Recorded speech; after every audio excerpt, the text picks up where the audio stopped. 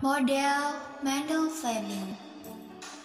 Model ini dapat dikatakan hampir sama dengan model ISLM karena keduanya menggambarkan interaksi antara pasar barang dan pasar uang. Merupakan small open economy dengan private capital mobility. Artinya, perekonomian dapat meminjam atau meminjamkan sebanyak yang diinginkan dari pasar uang dunia. Akibatnya, suku bunga perekonomian ditentukan oleh suku bunga dunia. R sama dengan R bintang. R itu sama dengan suku bunga dalam negeri. R bintang sama dengan suku bunga dunia. Dari model ini dapat diketahui bahwa kecenderungan atau behavior dari suatu perekonomian itu tergantung kurs atau exchange rate, mata uang yang diadopsi, apakah floating atau fixed exchange rate. 2. Pasar barang dan kurva IS. Variabel dalam model ini yaitu net export atau NX. Y sama dengan C Y min T plus IR plus J plus NX. E. Y sama dengan agregat konsumsi. C sama dengan konsumsi rumah tangga. I sama dengan investasi.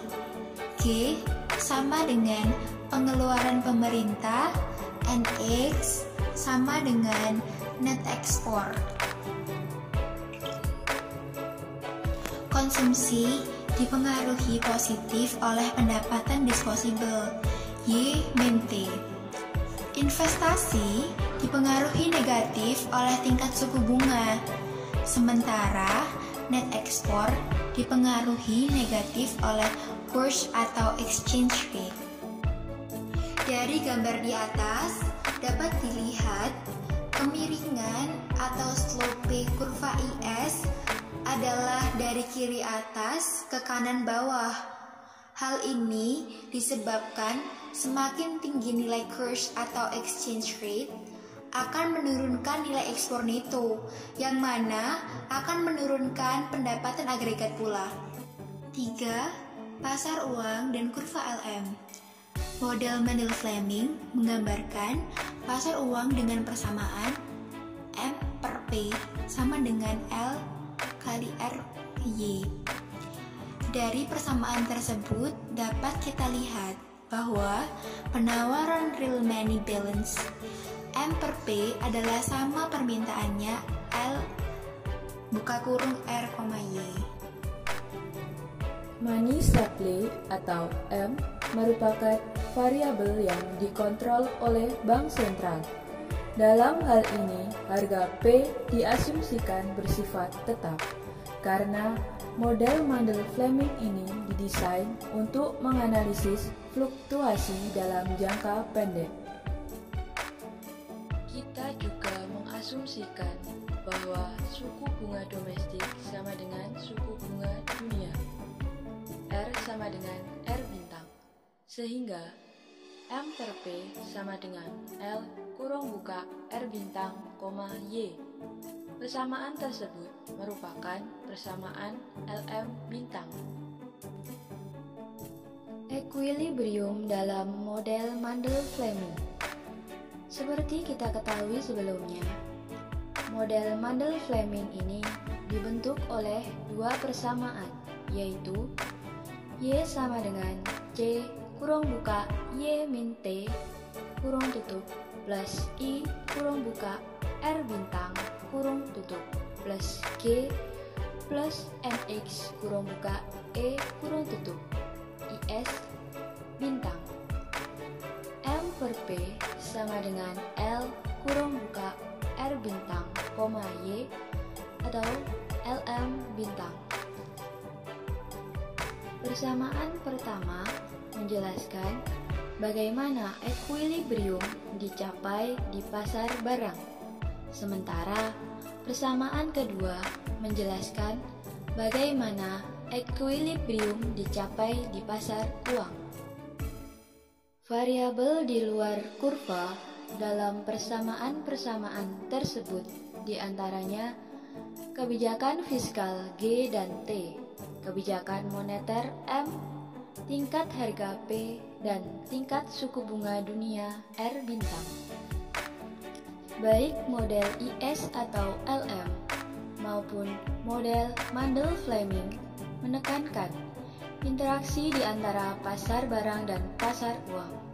Selain itu, kedua model tersebut mengasumsikan bahwa tingkat harga adalah tetap. Perbedaan yang utama di antara kedua model. 1. Model ISLM. Perekonomian diasumsikan perekonomian tertutup. Model Mandel-Fleming. Perekonomian diasumsikan perekonomian terbuka.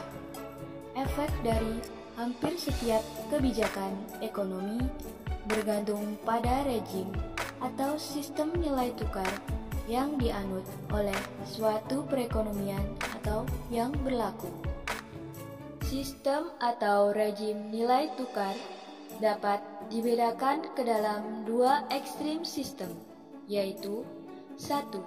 Sistem nilai tukar fleksibel atau mengambang penentuan tukar atau course exchange rates ditentukan oleh kekuatan penawaran atau supply dan permintaan atau demand. Di dalam pasar valuta asing, foreign exchange market, campur tangan pemerintah. Artinya, maka sistem nilai tukar itu dinamakan clean float system. 2. Penentuan nilai tukar atau kurs di bawah rejim nilai tukar fleksibel terdapat campur tangan pemerintah, maka dikenal dengan istilah dirty float system. Sistem nilai tukar tetap, yaitu sistem nilai tukar mata uang itu ditetapkan atau dipatok oleh pemerintah atau bank sentral sebagai otoritas moneter di dalam suatu negara. Analisa dampak kebijakan makroekonomi di bawah rejim nilai tukar tetap. Nilai tukar tetap. Nilai tukar tetap ditentukan oleh bank sentral tanpa melihat aktivitas permintaan dan penawaran di pasar uang.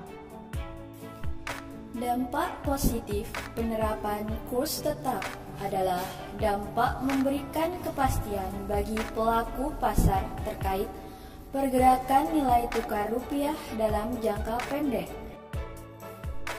Dampak negatif adalah penerapan sistem kurs tetap tanpa disertai basis neraca berjalan yang kuat akan membuat risiko perekonomian semakin tinggi dalam jangka panjang.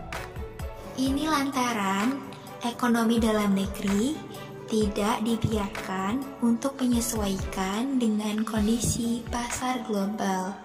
Penerapannya di Indonesia, sistem nilai tukar tetap pernah berlangsung di Indonesia.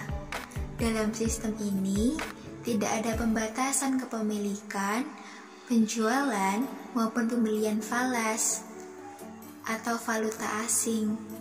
Namun, para eksportir wajib menjual devisanya kepada bank sentral.